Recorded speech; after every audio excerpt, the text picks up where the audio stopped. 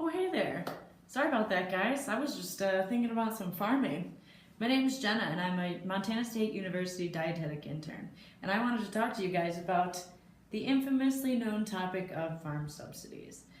Now, I understand that policy can be a little bit boring, so everybody please hold your yawns till the end of the video because even though you might not be a farmer, this has probably affected you more than you can imagine. Okay, so what is a farm subsidy? It's financial assistance given to agriculture operations by the government using taxpayer money. Much of the farm subsidies today are called crop insurance for commodity goods. These insurance plans help guarantee farmers can sell their crops above a certain price, which is called price loss coverage, or to make a certain amount of revenue, which is called agriculture risk coverage. Now, how does something like this come into effect? Let's take a little history lesson. Back in the late 1800s, people were following the trend of the westward expansion. People were moving west and establishing more farms. These were booming times for farmers. Now, many of these farmers began to grow corn, but why? So it's normal for farmers to have bad years depending on their growth for that year. To avoid these bad years, people began growing corn because it was a sturdy crop with a high yield. Because so many people were growing corn, there was so much of it on the market that it caused the price to plummet. This made people sell their crops at a huge loss. At about this time in history, it was the beginning of the Great Depression after World War I. Many farmers were out of work or making almost none because of the low prices from the overproduced food. With this overproduction and low prices, the government decided to intervene for the sake of the farmers to provide economic stability. They did so by passing the Agriculture Act of 1929 under President Herbert Hoover. He created a farm board that set fixed price floors for wheat and cotton. If the market prices for these went under the set price, the federal government would step in to buy the crop, pay to store it, and hope to resell it later at a better price. This caused farmers who would typically grow other crops to shift to wheat or cotton because they knew that they were protected by the government. This caused further overproduction, and the prices for both crops stayed low.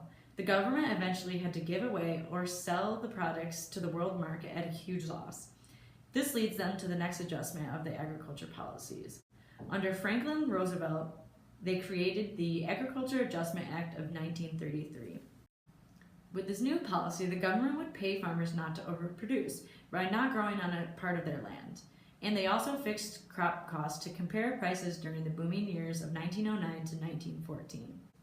This was eventually ruled unconstitutional by the Supreme Court in 1936, but another policy was made 2 years later.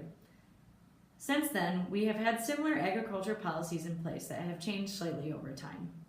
In the 1970s, farm policy shifted away from maintaining stable prices to maintaining low prices and maximizing production of certain commodity crops. This is when direct payments were established. These were to encourage competition and increase production and lowering the prices of these commodities. This pushed out small-scale family farmers and focused on large-scale efficient farming practices. Today, as many of you likely know, these agriculture policies are now called the Farm Bill. This bill is up for change every 5 years, and it includes much more than just agriculture policies. Today, the subsidizing has an emphasis on crop insurance. These insurance plans help guarantee that farmers can sell their commodity crops above a certain price.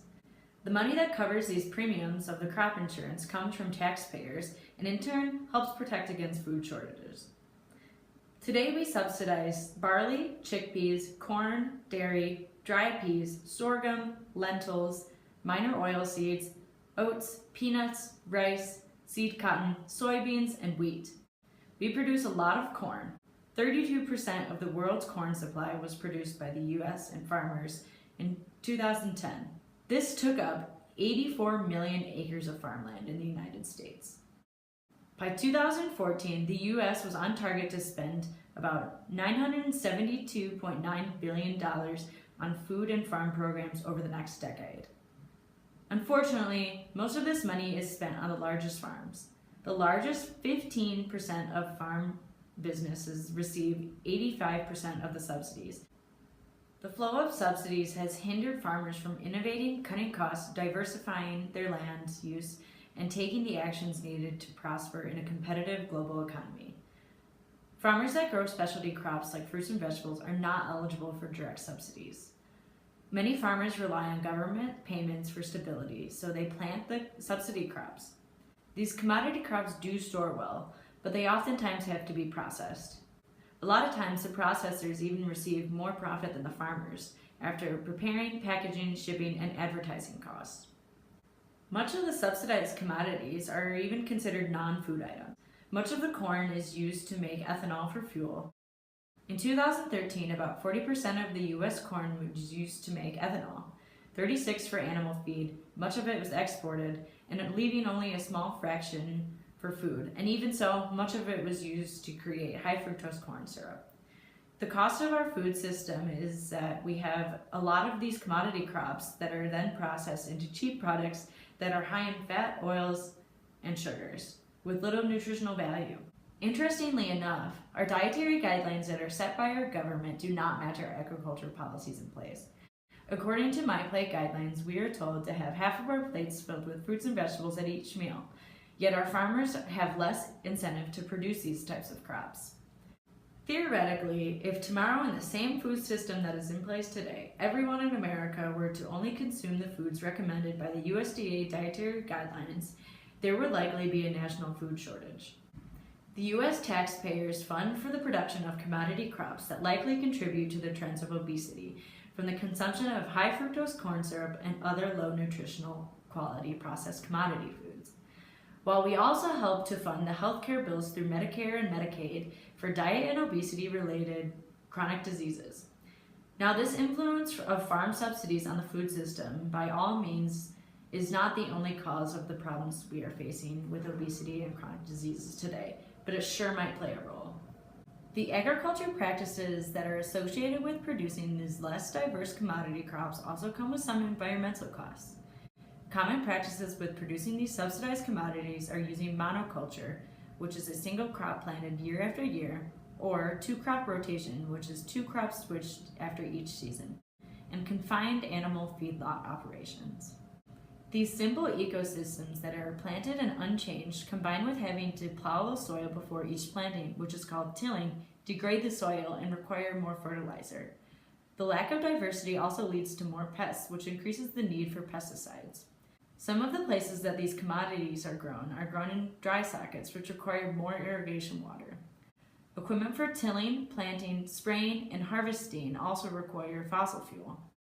The production and transportation of fertilizers and pesticides also require fossil fuels.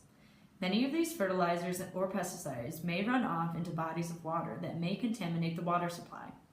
Within the practice of confined animal feedlot operations, they often use grains or corns that are typically the excess commodity crops to rapidly feed these animals.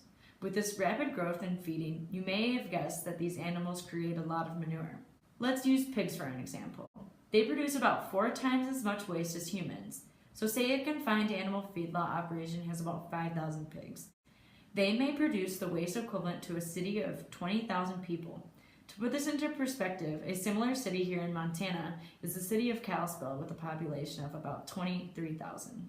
Animal waste can be expensive to transport, store, and dispose of.